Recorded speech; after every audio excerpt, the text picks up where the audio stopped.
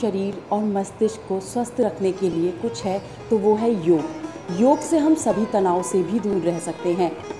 इसीलिए all India organisation of इमाम के प्रेसिडेंट मिस्टर उमैर इलियासी का कहना है कि अगर मुस्लिम समुदाय के लोग चाहें तो वो भी योग कर सकते हैं। योग हिंदुओं के लिए ठीक है या मुस्लिमों के लिए, ये बहस अपने निर्णायक मुद्दे पर पहुंचती दिखाई दे रही है। योग किसी विशेष धर्म का अध्ययन नहीं और योग का किसी मजहब विशेष से कोई ताल्लुक नहीं है। योग से स्वास्थ्य के फायदे हैं। वैज्ञानिक तौर पर भी यह बात साबित हो चुकी है। यहाँ तक कि इस्लाम के नज़रिए से भी मुसलमानों के लिए योग को ठीक करार दिया गया है। वो एक is a form of exercise, और उसमें जहाँ तक मज़हब का ताल्लुक़ है तो अगर मजहबी तौर पर हिंदू मज़हब के एतबार से अगर कुछ चीज़ें या कुछ मंत्र पढ़ना ज़रूरी उसमें करार दिया जाए तो मुसलमान उसको ना पढ़ें, अपने मज़हब के एतबार से उसको अवॉइड कर सकते हैं। लेकिन जहाँ तक एक्सरसाइज का सवाल है तो योगा भी एक सिंपल एक्सरसाइज है, उसको मज़हब से जोड़ करके देखना मुनासिब नहीं है।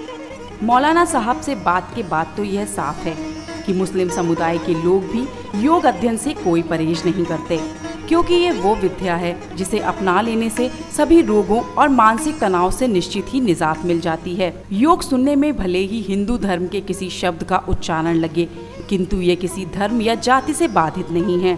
इसे करने से किसी धर्म विशेष की आराधना नहीं, बल्कि शरीर की क्रियाशीलता को ठीक रखने के लिए किया जाता है। बड़े बड़े योग गुरुओं का कहना है कि योग किसी भी धर्म जाति के लोग अपना सकते हैं।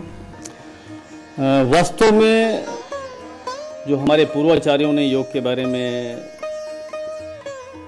व्याख्यान किया है या उसके बारे में बताया है, योग एक अनुशासन है।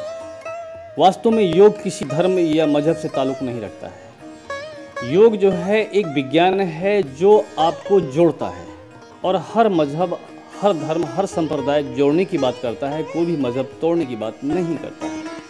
योग जो है, चाहे आप स्वास्थ्य से जुड़ जाइए, समृद्धि से जुड़ जाइए, सुखों से जुड़ जाइए, चाहे अपने कार्य से जुड़ जाइए, चाहे कार्य क्षेत्र से जुड़ जाइए, हर जगह इसने डेवलपमेंट देना है। इसलिए कहते हैं yoga is the art of energy transmission science.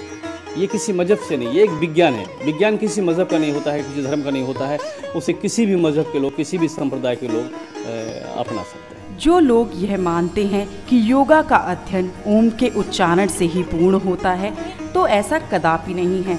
मुस्लिम समुदाय के लोग यदि चाहें तो इस्लामिक पंक्तियों का उच्चारण करके भी योग का अध्ययन कर सकते हैं। दोस्तों, उमैर इलियासी जी के इस पाक नसीहत के लिए मुस्लिम और हिंदू दोनों ही समाज ने अपनी सहमति जाहिर की है।